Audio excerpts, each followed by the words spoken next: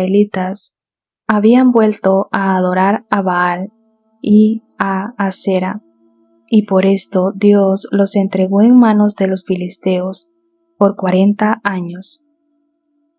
En medio de la apostasía reinante, los fieles adoradores de Dios continuaban implorándole que libertara a Israel, aunque aparentemente sus súplicas no recibían respuestas.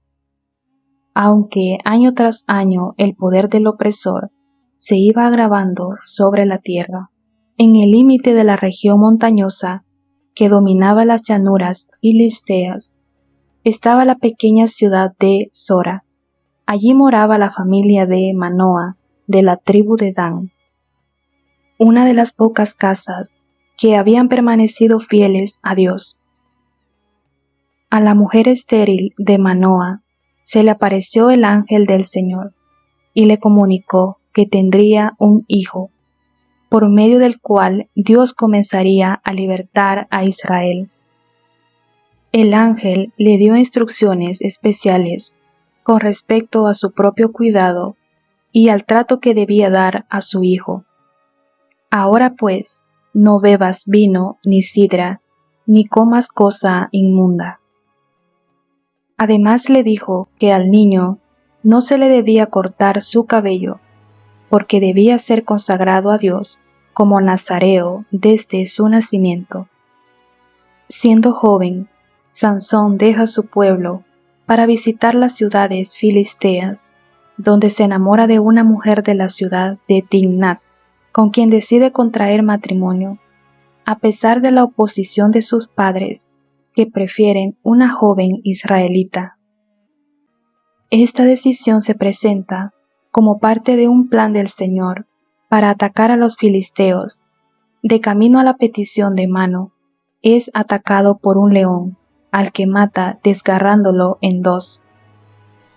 De camino a la boda, observa entre los huesos del león un enjambre de abejas con miel, la cual prueba y luego ofrece a su padre. En la fiesta de boda organizada por Sansón, el héroe propone a 30 mozos filisteos un acertijo. Si lo resuelven, les daría 30 piezas de lino fino y otros tantos vestidos. Sansón se relacionó familiarmente con los que odiaban al Dios de Israel. Quienquiera que voluntariamente entabla semejantes relaciones, se verá en la necesidad de amoldarse, hasta cierto grado, a los hábitos y costumbres de sus compañeros. Si él ganaba, ellos le harían el mismo regalo. Tenían los 7 días que duraba la fiesta para resolverlo. El acertijo era el siguiente: del que come salió comida y del fuerte salió dulzura. Como solo Sansón estaba presente en esa lucha, los 30 mozos no podían obtener la respuesta, y así pasó durante 3 días. Al cuarto día se dirigieron a su mujer amenazándola con prenderle fuego a ella y a la casa de su padre si no se descubría la solución. Ante la súplica de su esposa, él decide contarle al 7º día la respuesta. Antes de la puesta del sol de ese 7º día, los filisteos le hablan: ¿qué hay más dulce que la miel? ¿Qué hay más fuerte que el león? Sansón responde: si no hubieseis arado con mi novilla, no habrían adivinado mi acertijo. Bajó entonces a Ascalón, asesinó a 30 hombres, a los que robó sus vestidos y se los da a los mozos. Contrariado se aleja y llega a casa de su padre. Después de aplacársele el enojo, volvió por su novia, pero la halló casada con otro. La venganza que él se tomó al devastar todos los campos y viñedos de los filisteos. El israelita caza a 300 zorras, atándolas por la cola y poniendo una tea entre ambas colas. Luego suelta los animales por el campo, haciendo arder todas las cosechas enemigas. A fin de vengarse, los filisteos queman a su mujer y la casa del padre de ella, a lo que Sansón responde dándole una paliza a muchos de ellos. Airado por el bárbaro asesinato de su esposa, atacó a los filisteos y los hirió con gran mortandad. Y entonces, deseando encontrar un refugio contra sus enemigos, se retiró a la cueva de la peña de Etam, en la tribu de Judá. Fue perseguido a este sitio por una fuerza importante, y los habitantes de Judá, muy alarmados, convinieron vilmente en entregarlo a sus enemigos. Por lo tanto, 3000 hombres de Judá subieron a donde él estaba, pero aun en número tan desproporcionado, no se habrían atrevido a aproximársele si no hubieran estado seguros de que él no haría ningún daño a sus conciudadanos. Sansón les permitió que lo ataran y lo entregaran a los filisteos, pero primero exigió a los hombres de Judá que le prometieran no atacarlo, para no verse él obligado a destruirlos. Y fue conducido al campamento de sus enemigos. En medio de las demostraciones de gran regocijo que hacían éstos, pero mientras sus gritos despertaban los ecos de las colinas, el Espíritu del Señor vino sobre él, hizo pedazos las cuerdas fuertes y nuevas como si hubieran sido lino quemado en el fuego. Luego tomó la primera arma que encontró, y que si bien era tan solo una quijada de asno, resultó más eficaz que una espada o una lanza. Hirió a los filisteos hasta que huyeron aterrorizados, dejando 1000 muertos en el campo. Después de su victoria, los israelitas hicieron juez a Sansón, y gobernó a Israel durante 20 años.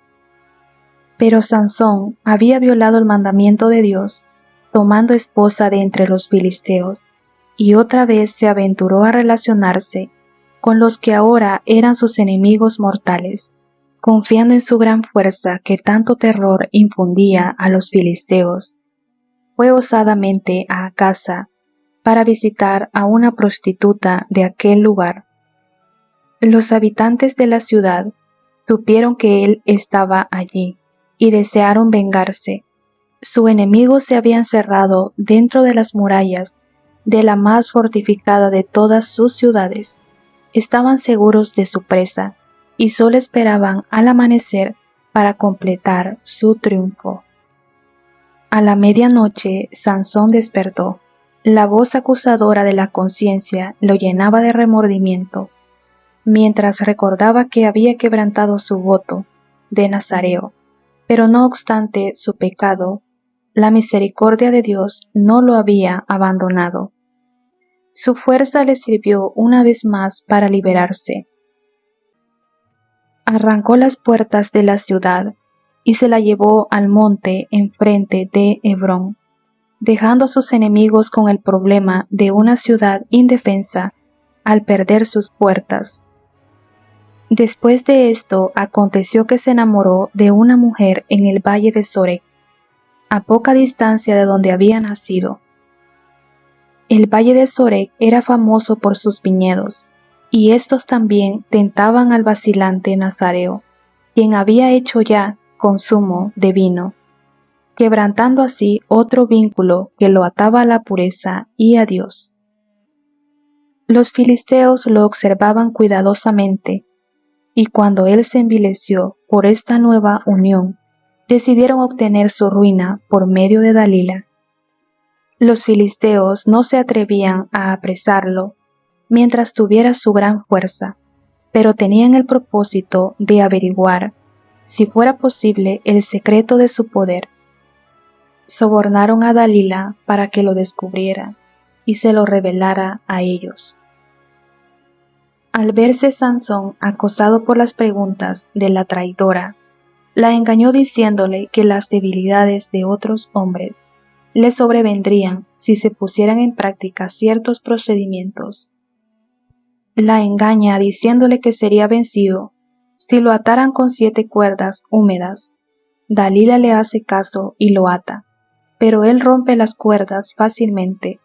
La mujer vuelve a preguntarle, a lo que él responde que bastaría con atarlo con cuerdas nuevas para que se convirtiese en un hombre normal. Ella le hace caso, pero él vuelve a romperlas con facilidad. Cuando ella hizo la última prueba, se descubrió el engaño. Entonces lo acusó de haberle mentido y le dijo, ¿cómo dices que me amas cuando tu corazón no está conmigo? Ya me has engañado 3 veces y no me has descubierto aún en qué consiste tu gran fuerza. Día tras día, Dalila le fue instando con sus palabras, hasta que su alma fue reducida a mortal angustia. Sin embargo, una fuerza sutil le sujetaba al lado de ella. Vencido por último, Sansón le dio a conocer el secreto. Nunca a mi cabeza llegó navaja, porque soy nazareo, para Dios desde el vientre de mi madre. Si soy rapado, mi fuerza se apartará de mí, me debilitaré y seré como todos los hombres. Enseguida Dalila envió un mensajero a los señores de los filisteos, para instarlos a venir sin tardanza alguna. Mientras el guerrero dormía, se le cortaron las espesas trenzas de la cabeza. Luego, como lo había hecho 3 veces antes, ella gritó, Sansón, los filisteos sobre ti. Despertándose repentinamente, quiso hacer uso de su fuerza como en otras ocasiones y destruirlos, pero sus brazos impotentes se negaron a obedecerlo, y entonces se dio cuenta de que el Señor se había apartado de él. Cuando le rasuró la cabeza, Dalila empezó a molestarlo y a causarle dolor para probar su fuerza, pues los filisteos no se atrevían a aproximársele hasta que estuvieran plenamente convencidos de que su fuerza había desaparecido. Sansón no ignoraba que esa mujer era indigna. Los filisteos terminan capturándolo, le sacan los ojos y lo llevan a casa, donde prisionero trabaja moliendo grano para sus enemigos. No obstante, su pelo vuelve a crecer, restableciéndose así el símbolo de su relación con Dios. Cuán grande era el cambio para el que había sido juez y campeón de Israel, al verse ahora débil, ciego, encarcelado, rebajado a los menesteres más viles. Poco a poco había violado las condiciones de su sagrada vocación. En el sufrimiento y la humillación, mientras era juguete de los filisteos, Sansón aprendió más que nunca antes acerca de sus debilidades, y sus aflicciones lo llevaron al arrepentimiento. A medida que el pelo crecía, le volvía gradualmente su fuerza. Pero sus enemigos, considerándole como un prisionero encadenado e impotente, no tenían aprensión alguna. Los filisteos atribuían su victoria a sus propios dioses y se regocijaban desafiando al Dios de Israel. Se decidió hacer una fiesta en honor de Dagón, el dios pez protector del mar.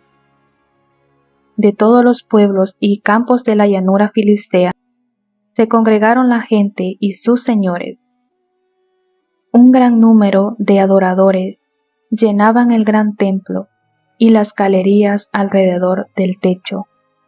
Era una ocasión de festividad y regocijo. Como trofeo culminante del poder de Dagón, se hizo traer a Sansón. Grandes gritos de regocijo saludaron su aparición. El pueblo y los príncipes se burlaron de su condición miserable y adoraron al Dios que había vencido.